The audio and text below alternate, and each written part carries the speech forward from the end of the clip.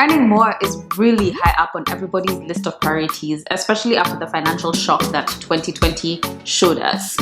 But are there any dangers to earning more? How do you avoid making mistakes? How do you make sure that you end up with a happy story at the end of your earning more journey?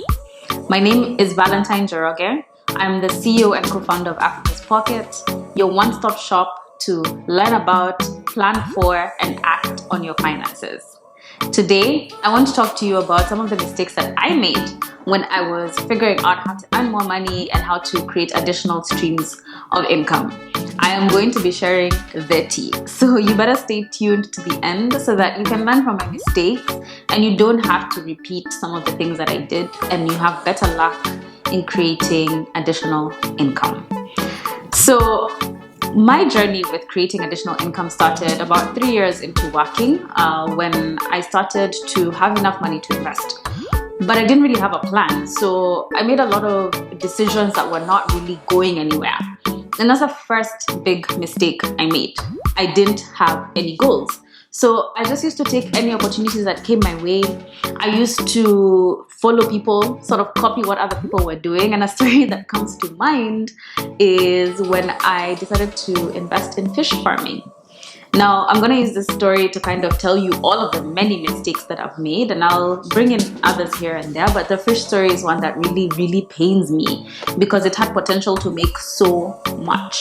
So the idea was that you invest in a pond, and then you buy some fishlings and they grow up and you sell them, and then you rinse and repeat.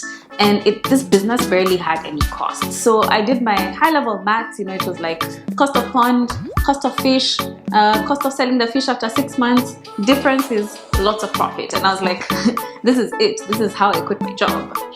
But the thing is, I did this investment because my aunties were doing it. So I was kind of copying their investment strategy, but there are a few things that were different between my aunties and me.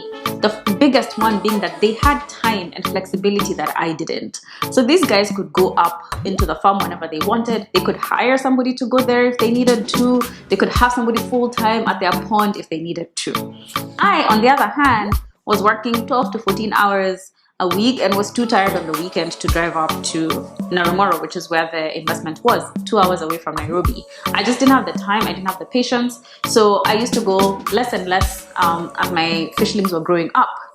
And when it came time to harvest, I was supposed to have this huge payout, but guess what? Close to 80% of my fish were missing. And so I did some investigations. I started asking questions. I obviously thought that the guy who I had hired to take care of my fish was stealing from me. And what I came to discover is that they were actually eaten by hawks. And I was just like, what is this? And the moral of this story is there's so many things that I did wrong there. The first is I was not investing for myself. I was just investing to follow with the crowd. I wasn't really thinking about what my end goal was, what my potential return was, and if there were other opportunities that fit my lifestyle that would have given me a similar return. That's the first thing. I was investing as though I was a 40 to 50-year-old woman with a lot of flexibility, where in actuality, I didn't have time to take care of this investment. The second thing I did wrong is I did zero due diligence. Well, not zero. I did some due diligence, but it was mostly on the phone, asking people, so what happens when you buy the fish? Okay, so how long do they take to grow? So how much do you sell it in the market? I was really focused on the numbers and I didn't know much about the operation. And it came to me later on that if I just asked a few more people, or if I just myself visited some fish farms, I'd have seen that everybody has a net over their pond because hawks actually come and eat the fish pretty often. It's a pretty common risk. So I could have avoided this by doing better due diligence. And let me tell you, due diligence, if I could tattoo this thing on my body, I would tattoo due diligence on my body because it is the single mistake that I personally have made the most. Is in doing due diligence that's very high level and not going deep. And that's why in our premium program, Your Roadmap to Wealth, we spent a whole module talking about how to evaluate your investments so that you don't end up in a situation like me where you know the numbers, you kind of know what you're gonna make, but you don't understand really what the investment takes to get those numbers and what you need to put in to get out what the numbers tell you you should. So Those are my first two mistakes: copying other people and not doing enough due diligence. So what other mistakes have I made? I think for me, my next biggest thing that I used to do all the time was get involved in way too many things. And this goes back to that original point I said, not having goals. I didn't know where I was going. I didn't know what my investments needed to do for me. So whatever opportunity came my way, Val is there for it. And what happened is twofold. The first thing is I used to put very little money in each opportunity because obviously my money was limited. So you'd find me selling shoes, selling peanut butter, doing consulting, Uber, tomato farming, all sorts of things. Like I used to do all sorts of things. Ask anybody who used to know me those days, my Saturdays was spent looking around for opportunities and or taking care of my investments once in a while. So what happened was, because I was taking up so many opportunities, obviously most of them failed because I wasn't giving them enough attention.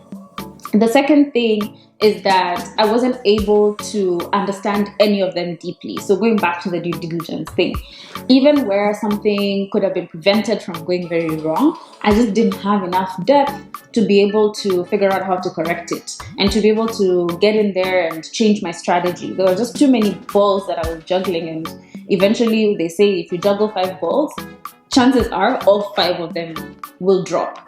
And so that's what happened to me. I had so many things going on that I was cluttered in my mind. I was cluttered in my finances. I didn't know which investment was bringing money when. So you end up losing money here and there. And one of the things that I have personally changed a lot about figuring out how to earn more is by staying in my circle of competence. And this is just a space where you know what you're doing. You understand how the market works. You know what things are going to cause you to lose money, to make more money, and you adapt accordingly. And you're much more likely to be successful doing 2 or 3 things that you know really well than trying to do 7, 10, 11 things. One thing with your chama, one thing with your family, one thing by yourself. It's too much. Just focus and narrow down on your circle of competence. So these are just some of the mistakes that I made. There are many others, but I'll stop there for today. So as you think about earning more, make sure that you are in a space that you understand. You're within your circle of competence.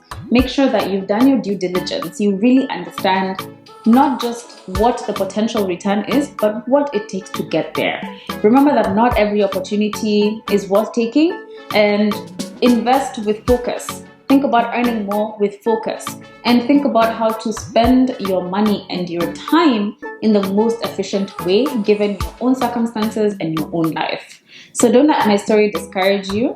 Just keep these things in mind as you get into your journey of earning more.